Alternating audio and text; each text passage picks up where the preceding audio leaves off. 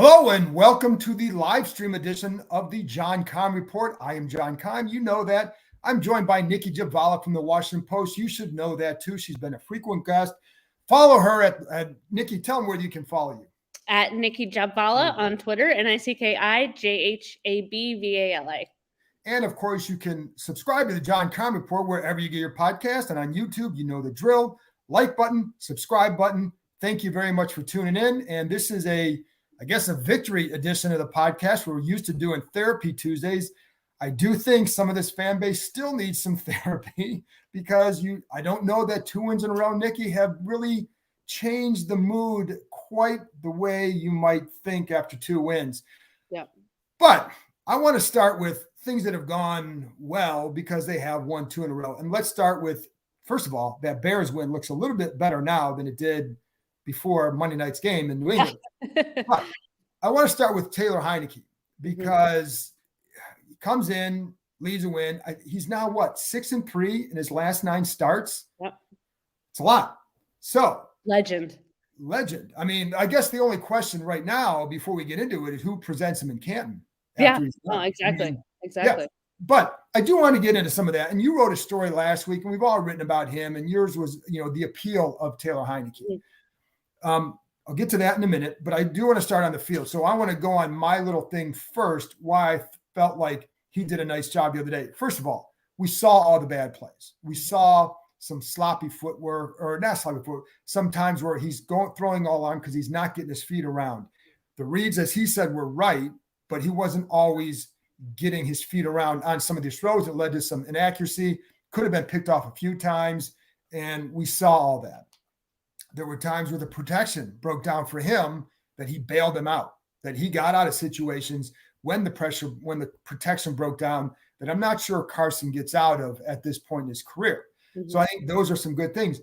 But I also think I'm going to look at 2 plays right now, and then I'm going to let you talk. I promise. So the first one was the first touchdown to Antonio Gibson. Mm-hmm. And I love this play. It was a beautiful play. Beautiful play. And my thing is, one of the strengths of Heinicke is the comfort level in this offense. And I think that really shows on that play. Because when you watch it, he drops back, you got a bunch formation to the left, you got a stack to the right. And the bunch is where the eyes are going to go. So he looks off the line. Now, if you're just trying to sell the safety, you're going to look back and boom and go over here, right? It's boom, boom. Right. What I loved about that play is he makes it look like that's his actual read. Right. And the safety turns to that side, opens that side. He just calmly turns as if he's scanning the field and throws back to Gibson. That is the play. Right. That is the design play, is to look here, get the safety out of there, and get back over there. They got the look they wanted. In practice, my understanding is that play wasn't always working. He was thrown high a couple times, so it wasn't always working. And I love the route on that play. But I do think that Taylor sells it well, in part because of his comfort level in the offense. And the last play, Nicki, is the one to Terry, right? The one, and I think what I loved about that one, first of all, and I put something on Instagram, he's getting drilled before Terry breaks. He is getting hit. That is an absolute trust throw. There is no guarantee when he releases that ball that McLaurin is winning on the route. Right. He releases it and his trust. And then you see Terry, the way he comes back to the ball. That's a stud play by McLaurin. But I think it's that level of trust. And again, knowing where the reps together and knowing where this guy is going to be at that time. And it was just, I thought that was an impressive job. I mean, it's impressive by McLaurin. He had some great plays on that last one. But I think from Taylor's perspective, that's what I liked about it. So what stood out to you, Nicki? Yeah, I thought that was a big one. I think just the trust with his receivers. And you can see it in Terry. I mean, just the way you saw how happy Terry was after that game. I mean, he came up with a couple big catches, but it's also that trust he has with Heinicke for, Heinicke knows he's going to go up and get it. And Terry trusts him to throw it in the right spot. I thought in the first half, Taylor's timing was a bit off. He looked like a quarterback who hadn't gotten a ton of first team reps, but it started to click in the second half. And that's where I think you really started to see it turn into a signature Heinicke game where he's improvising literally on the run. He's scrambling and he's trying to evade pressure. He's trying to get guys open. And that's kind of his style, is kind of that backyard football style. And, honestly, sure, there's probably some happy medium between him and Carson Wentz and, scrambling to avoid pressure without going all over the place. But, I think that mobility is key for this offense, especially with an offensive line that can't, or through the first 6 games anyway, didn't protect all that well, is having a quarterback who is very aware of his pocket presence and knows how to escape and can escape. So right. I think, I think the one thing I'd like to point out is it's always really good for the first couple games when there's a change, right? And people have seen Taylor Heinicke. There's film on him now, but, what is it going to look like in week 3 or 4? Will he still be able to do these things, or will teams kind of catch up to him?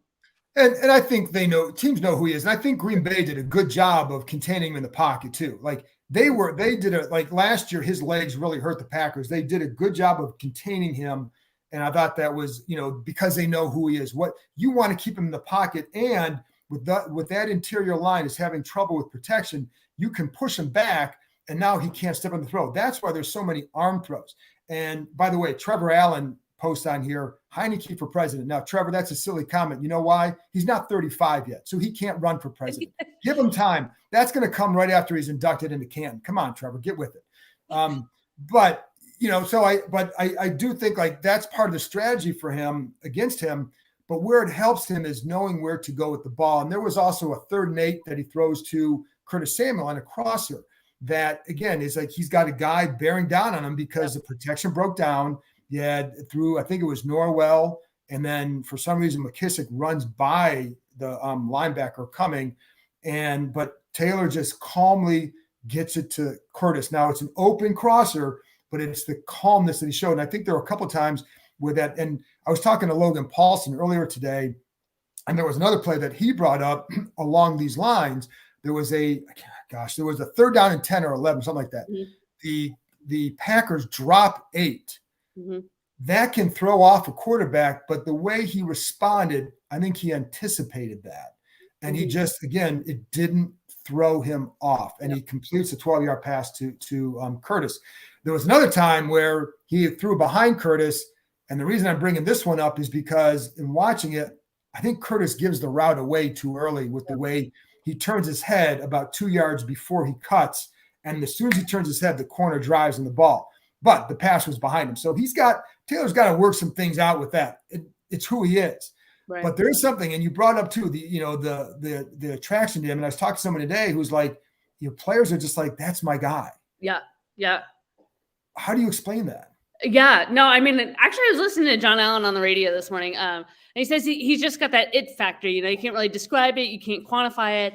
He's just got it. And I think, you and I have talked about this too, is he just seems like a regular dude in the locker room. He doesn't put on any airs. He knows exactly what he is. He's never pretended that he's a first-round elite quarterback. This is a guy that was almost out of the league, a year and a half ago, literally sleeping on his sister's couch, studying for his final exams for, an advanced math degree. And he's getting a second chance, and he's loving every minute of it. He's cherishing every minute of it because he knows it could end instantly. And I think guys appreciate that, I think Terry is very similar in that regard, as, is lauded as primarily a special teams guy in the 3rd round and comes in and really earns his way as the number 1 receiver, as a starter, as kind of this unheralded guy. So I think a lot of guys can relate to that. And I think even the elite players just appreciate that he's going to give it his all every single game. He works his tail off, and you see his uniform after every single game. If that's not evidence enough of how much he throws himself into every game, that's guys love it. It's not pretty all the time. It doesn't always win. We saw that last season, but he's a guy that's playing to his max ability. But it's funny you brought up the uniform, because I saw a picture of him today. I think it may have been with Terry McLaurin coming off the field, and the first thing I noticed was the stains, the grass stains, and all that. So Austin Agee says, I think if Heinicke goes 3-1 or 4-0, there's no way they can go back to Wentz. Even 2-2 might be enough. What do you think? And we're jumping ahead here. We're jumping Yeah, ahead. no, I mean, That's what we do. it's a big if, and yeah, it's 4 games, and I think if they're really rolling at the offense is clicking, I think in some ways you got to stay with Heinicke if your ultimate goal is to win. But if you're not sure on that, I feel like you got to get the most out of your investment and see to the fullest extent whether Carson can be that guy or not. He, in my mind, is essentially on a 1-year deal. They could cut him out after this year, have no dead money. So it's an experiment right now. But once they move on from him, it's done. Right. And you're right. I think it depends on how do they get to 3-1. Right. But I do think, like, the third downs the other day were big, and somebody else is bringing up someone down here. Who is it? John, I'll show this one. John Greaves says the biggest X factor is Scott Turner. Then he wants to know the likelihood he can create a viable game plan with less than 10 days of prep. Well, yeah, he can, because he's shown that before. Right. But I think a big key here is the third down conversions. There were some plays. There were some plays where I really liked, and there was like there was a jet sweep to Curtis Samuel in this game. I thought it was set up well. They used a lot of motion on the runs, but what I really liked about it, they sold it, but they also set it up well to the point where the linebacker, Rashawn Gary, comes upfield on what he thinks is a fake because he sees Samuel going by, but it's a great handoff by Heinicke. I mean, it looked like a fake. And the linebacker's up there, and then Curtis just runs by him, and it's about 5-6 more yards before the linebacker realizes, oh no, he's by me. But I think the defense was like that too, because they had kept running the other side with that. And there were a couple other times where you look at it, that's a good play design. I thought the Gibson touchdown was a great design. So yes, he's capable of that, but you got to convert third downs. And I do think that there's some inconsistencies with these plans. Yeah. And that's the biggest thing is the consistency with this team. I mean, he had a great designs for Carson Wentz in week 1 too. Right. Exactly.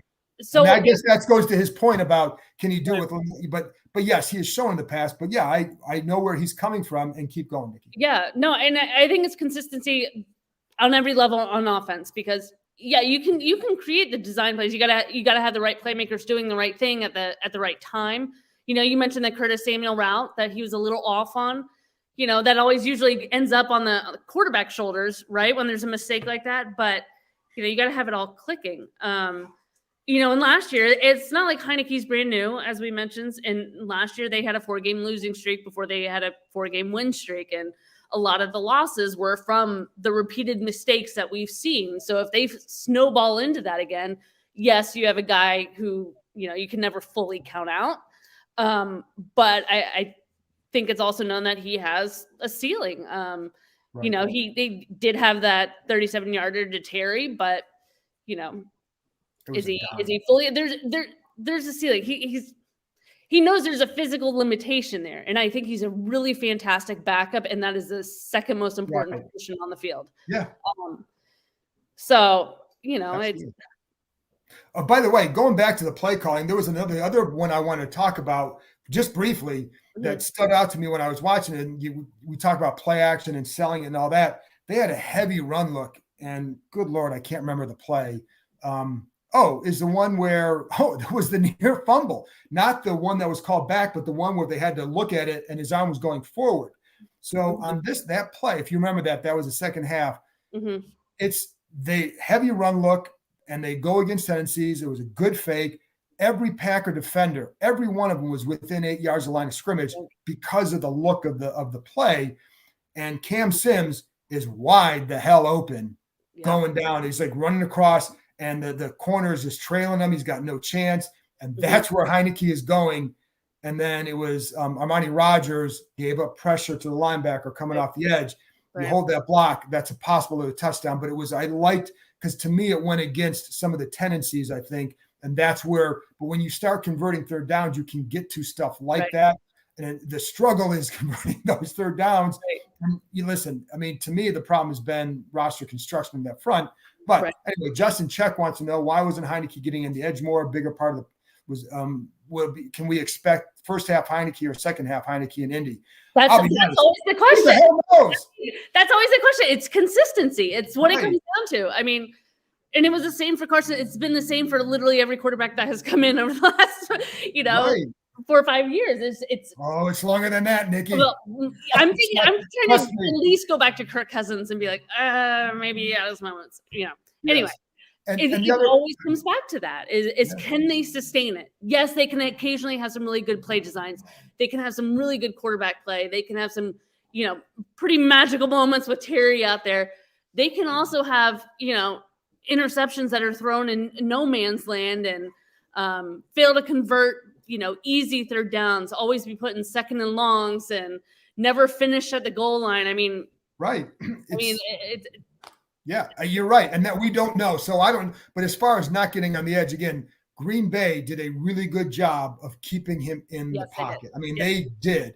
And I think then it was also getting some pressure. He escaped a lot of situations, whether there were a couple subtle movements or, whatever. And the calmness that he showed, I think, is a direct result of his comfort level in the office. He plays confident, plays really. He always has, but I think even more so now. At least in that game, he did.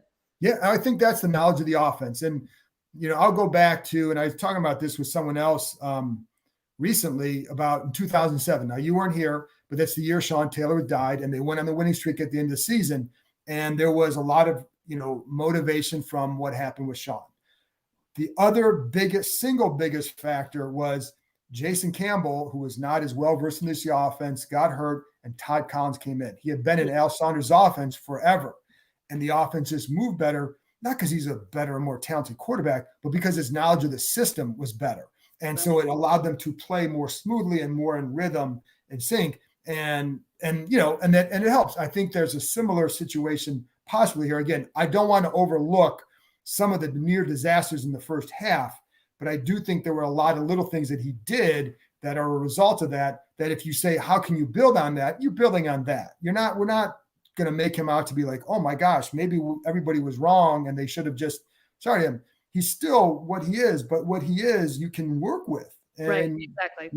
So I want to move on to some other stuff, and I'm going to get to Chase Young in a minute, but Mr. Ron B wants to know, is it just me or is Benjamin St. Juste more demonstrative on the field?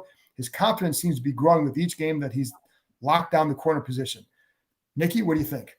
Yes, I think he's emerging as a very fine cornerback, and this is kind of what they had hoped. It's still early. He still had his mistakes. He's not like, Jalen Ramsey out there, but he is a smart corner, and he's an athletic freak. He really is.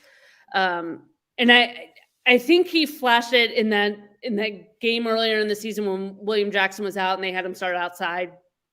I think he really showed what he could do, and I think he plays better outside. But I think he does play confident now, and with reason. I mean, he's come up with some big plays. I mean, even in the Green Bay game, there was I think it was like a 3rd and 2 or something, and it was on a short in route, and he was tight on his coverage, nothing close to a penalty.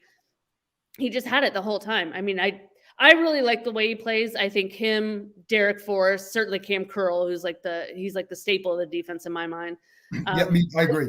I think that young secondary has serious potential.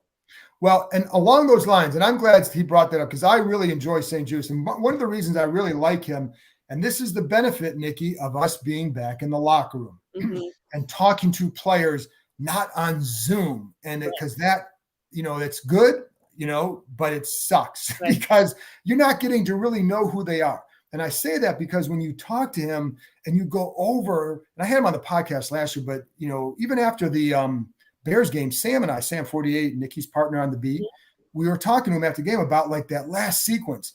And the detail that he went over with why he made each movement was really off the charts intelligent.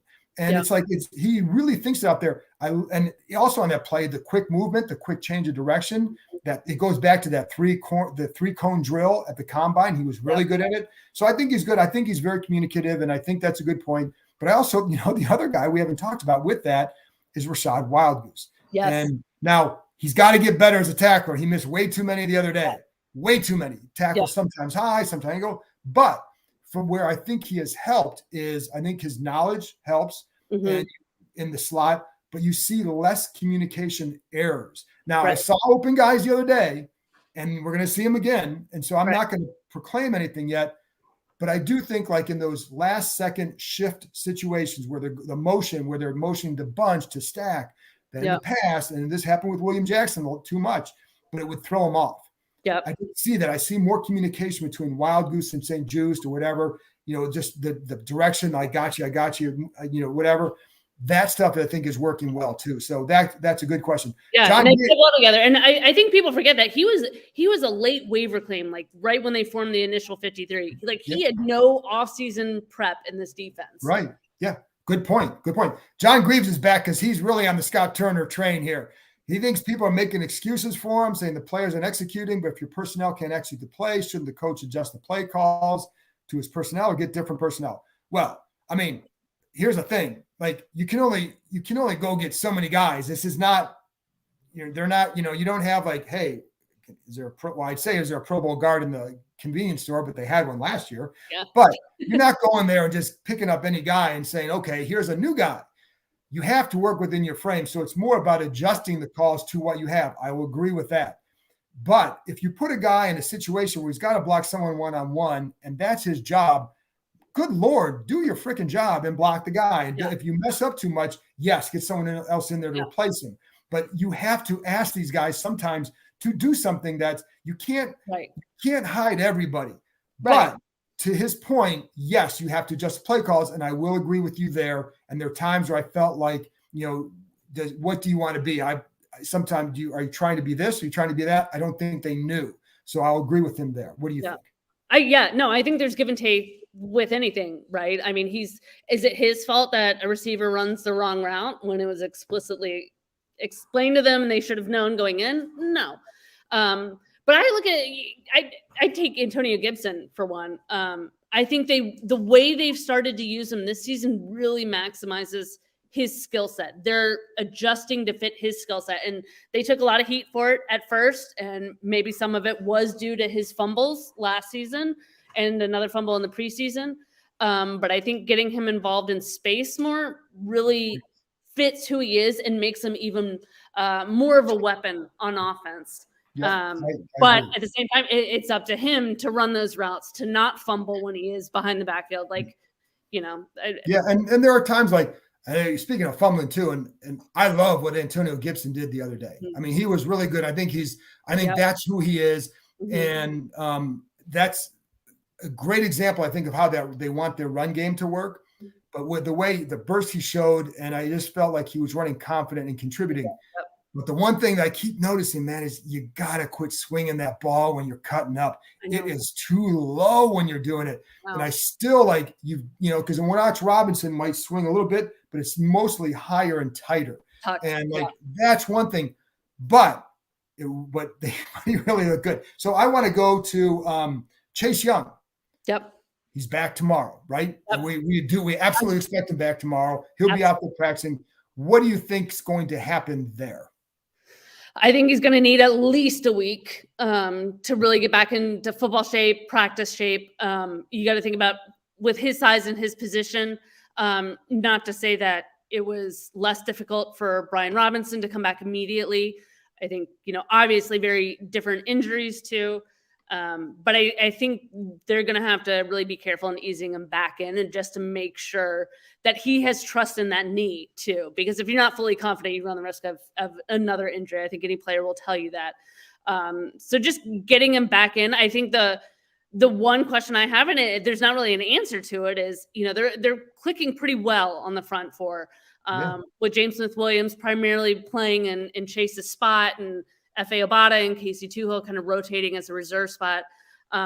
There's good communication. They're running games well. It doesn't feel like last season when a lot of guys were freelancing and, the pressure wasn't getting there, and they certainly weren't getting home on sacks. Now they are. They're getting the pressure and they're getting sacks. And the line is synced up with the coverage.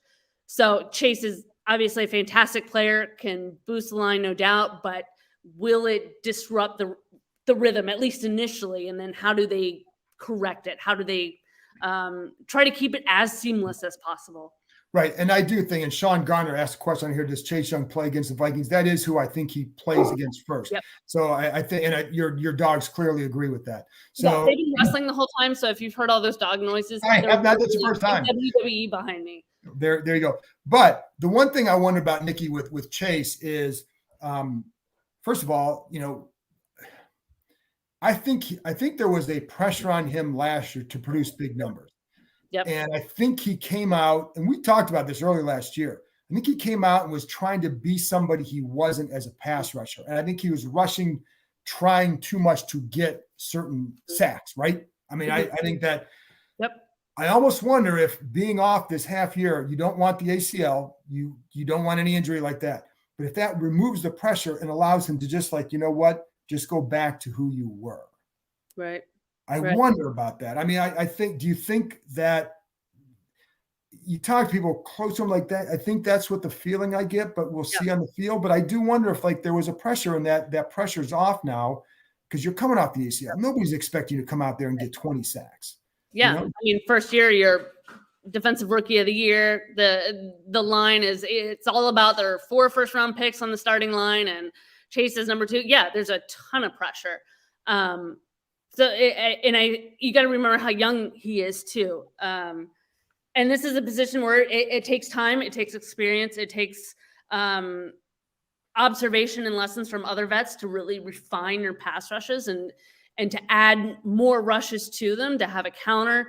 And I think he was just kind of learning that in his first and second year. And then you tack on the pressure. It's a lot, but injuries can be humbling and teach you a good bit about yourself. And I would like to see him go back to see, and I'll tell you, listen, this is what the guys are talking about in the locker room. They're talking about letting the big dogs eat up front. There's the big dogs right there. They're at Nicki's house. Yeah, they're tackling my friend. So, but anyways, I put this up here because John Greaves as a non-Scott Turner question. So I did want to get that. But the reason I brought up is because I think it's a good point. Yep. Kerrigan and Skanina have turned the D-line around. Looking forward to how Chase performs the defense, et cetera. Whether or not they turn around, I do think Skanina has had an influence. And I think I think there's I think he's there. Yeah, no, I think there's a definite trust there. He's got 16 years of playing experience. He's been with this team for all 3 years as the assistant D-line coach. He's the one out there practicing with the guys, running drills with the guys. He looks like he could still play himself. I think he looks like he wants to still play. Yeah, I was going to say. So, yeah, I think there's a trust there. They listen to him because they know it's because he was them not too long ago. And certainly with Ryan Kerrigan, I mean, that's for a lot of these guys, that was their teammate 2 years ago. So, and I think the thing with Ryan is what I didn't understand when they got rid of him, or they let him go, and in hindsight, especially, we know why. I mean, the knees were just shot. But I felt like they didn't have anybody to help the young defensive ends. They did not have a true defensive end coach, a pass rush coach. You did not have that veteran on the roster who could help those guys. And Chase Young needs, I think, that veteran present. Montez Sweat still needs that because he has not reached a certain level. He's athletically gifted. We've seen him make big plays, but he hasn't reached that sort of level. And I think you need that kind of guy. Kerrigan is not the kind of guy who's going to go up and rattle somebody's cage. You can go to him and you're going to talk. He's going to talk to you and you can ask him anything. Yeah. He's not a get in your face kind of guy, but he does have the knowledge. I think the guys respect him, so that helps. Skanina, and you know this, watching him, I think what he does well too is there's a lot of little things with the tackles that he pulls them off to the side during practice while they were doing other things and works on stun. And it's made Del Rio more comfortable calling some of those, but there's a better rhythm with all that. Right. I think there's a psychology to coaching. I mean, there has to be, right? And just finding ways to motivate these guys and teach them. They're grown men. But yeah, I think Skanina knows, what buttons to push to really get them fired up. He knows, when to kind of peel it back and bring them aside and really show them. So they're not, there's no hard feelings or anything. And I think Kerrigan is sort of like the Alex Smith of the defense for me. I've yet to meet a school that does not like Ryan Kerrigan and doesn't respect him for his game and everything. So I think he's able to relate to those guys on a level that perhaps no coach, or at least one that's been there for, a good number of years, could really relate to him. I mean, this guy played with Jonathan Allen and Deron Payne only a couple of years ago, and he's one of the best. There you go. All right, now let's get a couple questions in here. Sean Garner wants to know, does William Jackson get traded? What do you think? I think probably depends in part on his injury status. If teams feel comfortable that he can contribute immediately because they're taking on a sizable salary and, a couple of years left after that, and if they're asked to give up compensation, they got to feel really confident that he can play. I think the other thing working against him is maybe, just being primarily a man corner. I think every team runs a good bit of zone these days. So they got to make sure that he kind of fits their scheme. If he does get dealt, I could really see the Cardinals being, and Cardinals or the Lions, just because of their scheme. Right. So. And I think there's a definite maybe there because he has value to other teams, I do believe, but it's only, you're going to get a low round pick for him. That's all they're expecting. That's all I think anybody could expect for him. I think that the back would throw me off if I'm another team, to be honest.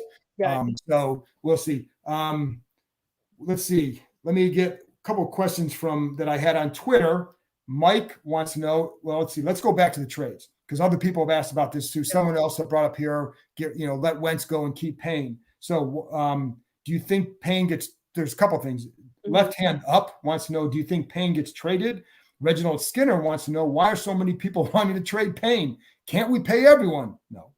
Chiefs move Cap with Kelsey bonus. Can't Commanders get creative? The Chiefs had to get rid of Tyreek Hill. So they couldn't pay everybody. So but what do you think about Payne?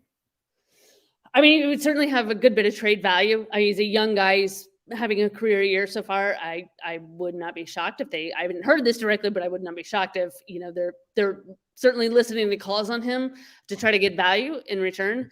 But when we did ask Ron publicly, he said, yeah, I would like to keep him for the long term. The question still is, is that feasible? I mean, look at the numbers. You got after this year, you got to decide on Chase Young's third year or fifth year, and of course you're going to exercise that. Then Montez Sweat is up, so you already paid Jonathan Allen big money. Are you going to allocate even more money to another tackle? You can't put all your eggs into the defensive line. Right. So, and if they're going to be quarterback shopping yet again this offseason, then they right. Really and I think. Right. I know with Payne, listen, there have been teams interested in him for a long time that have called them in the summertime. I know that. The question was at that point, it's like, well, why would Washington trade him then for a third round pick? Because at that point, they're thinking they can contend for the division title. Mm-hmm. And whether or not people look back and think they're crazy at the time, who didn't, like a lot of people were thinking that. So you weren't going to do that because you're going to get the third round pick as a comp pick the next year. Yeah. The question would be if they had lost on Sunday and they lose to the Colts, now you're 2-6, then I could see more of a situation with it. But even now, even if you lose to the Colts, there's that third wild card. Everybody's in this race. Right. No, it's a very good point. So I don't know. Nicki, I know you got to run. So I appreciate it. I'm going to stick around here for everybody else to answer some more questions. Again, check Nicki out at Nicki Jhabvala. You see the spelling, Jhabvala. And check her out on WashingtonPost.com. Give her a read, give her a follow. Nicki, thanks a lot. Always love having you on, so I appreciate it. I'm going to continue with everybody here and just stick around. All right. Thanks, Sean. Thank you. All right, so I'm going to get to a couple more questions here for everybody else. And as far as what Reginald said about why are so many wanting to trade Payne, I don't know that everybody wants to trade Payne. I think their fear is he's going to leave, and what can you get more for him now? But I don't trade him unless you get bowled over by an offer, because again, you're still in this thing right now. And even if you lose the Colts, you are technically still in it. And do you really want to give up that? I would try to keep him. Now, as far as, again, you can't pay everyone. It's not always just about the cap space. The phrase that you're going to hear from executives is cash flow. Do you have the cash flow to make it work?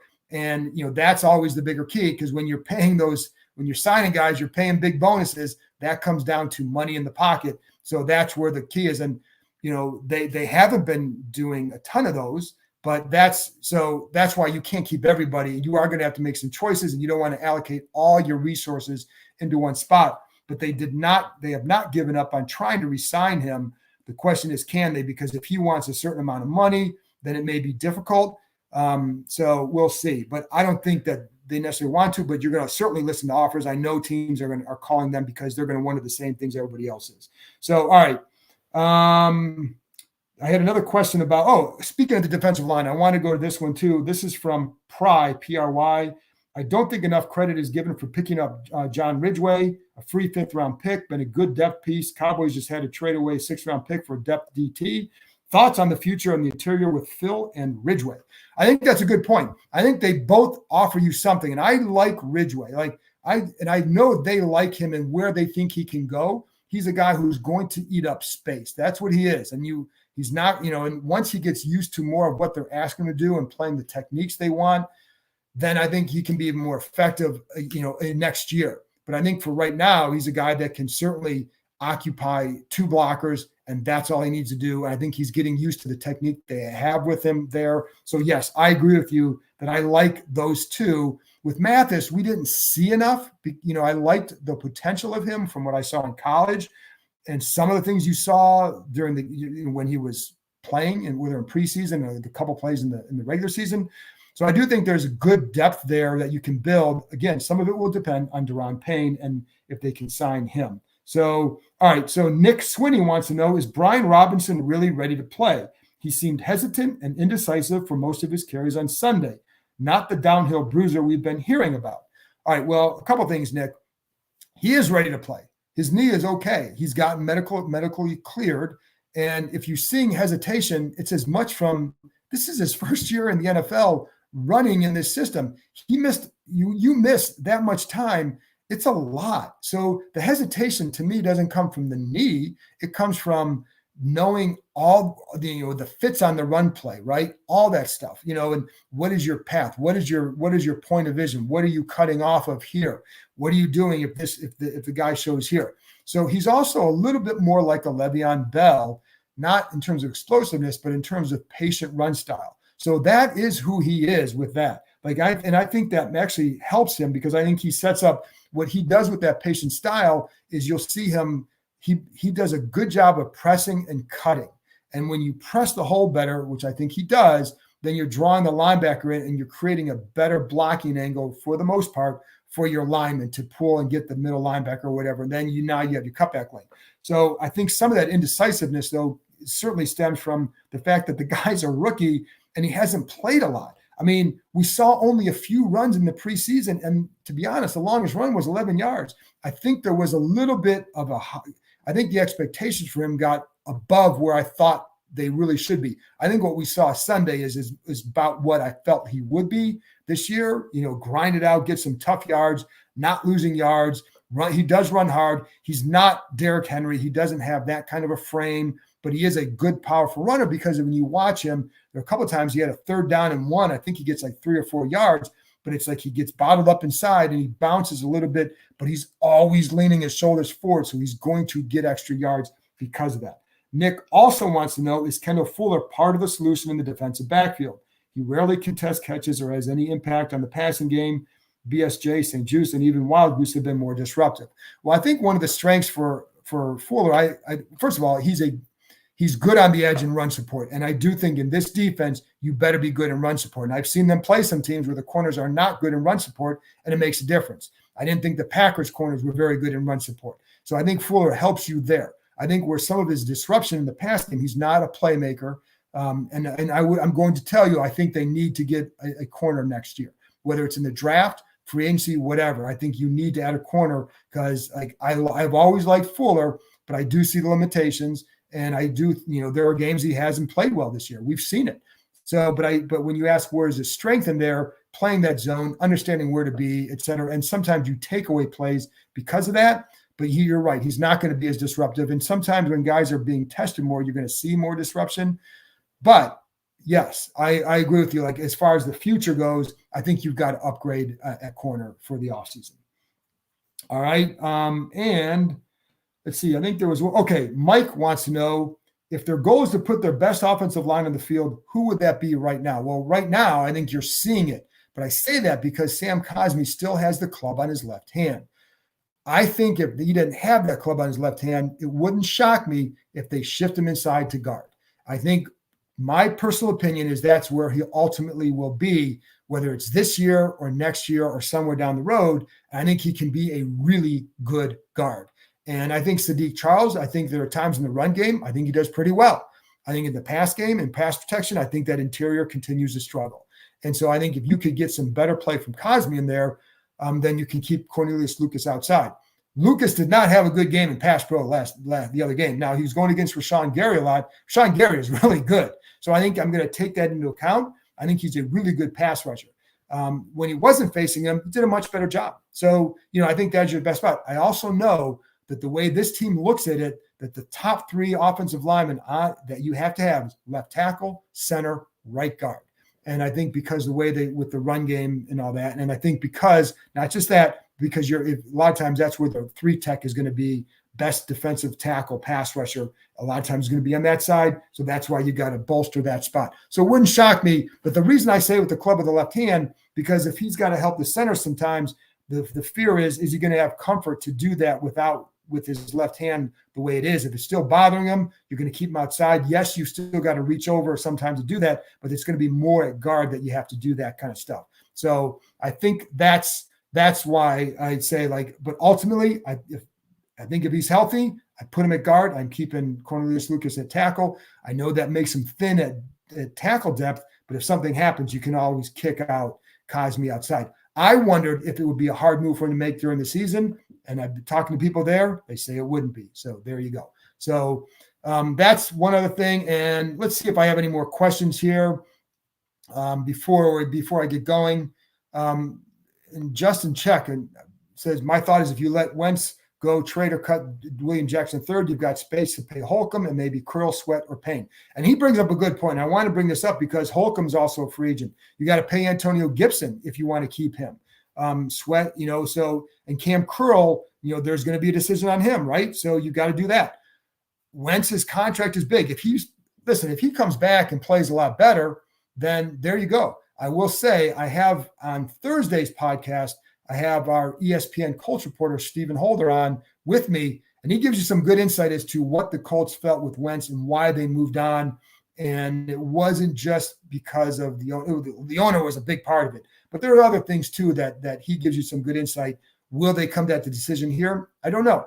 But if he comes back and plays better, because I know they still feel he's got a higher ceiling in this offense, and that he needs more time in it. Because keep in mind in Indy, he was playing in the same offense. He was playing in a similar offense for him, right? He knows Frank Reich's offense.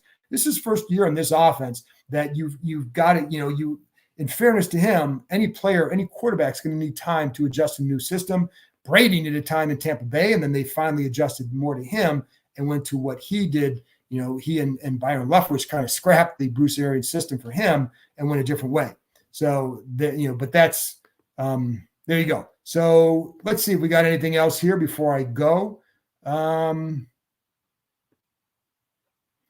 already addressed Cosmi at guard, and so I think we're pretty good here, folks. I have enjoyed this, and I appreciate you guys checking in and filling in here and sending some stuff on here. Your comments, your questions, always appreciate it, because I know this still is tough. It's 2 in a row. You should feel better, but I also understand there's still some angst about that couple games earlier, and has this team really turned it around? I think we'll learn a lot more on Sunday, because you are playing on the road, and it's going to be interesting with Sam Ehlinger starting, and I talked to Stephen Holder about him too. Good insight. But it's also, I think it's a pretty good Colts defense. And I'm not looking at their rankings right now. I think they actually have a potential to be a pretty good defense. I think that's going to make it a bit of a different game, because I think their numbers aren't as great against the run as I thought they would be, but I think they're a better run defense than what the Packers are. So Washington's going to have a bigger challenge facing that front, or that defense, that front seven, than I think in the run game, because if you can't get that run game going, it's going to be a bigger challenge. So we'll see. But anyway, folks, I appreciate your time. I appreciate you jumping on here, and I appreciate Nicki Jhabvala joining me for most of that time. and answering your questions. I hope you enjoyed it. And I will be back on Thursday with ESPN Colts reporter Stephen Holder, and I'll have some reports from Commander's facility. Chase Young being back at practice. What does that mean? Be talking to more people in the locker room, give you some insight there. So tune in on Thursday, and I'll talk to you next time. Thanks for joining me.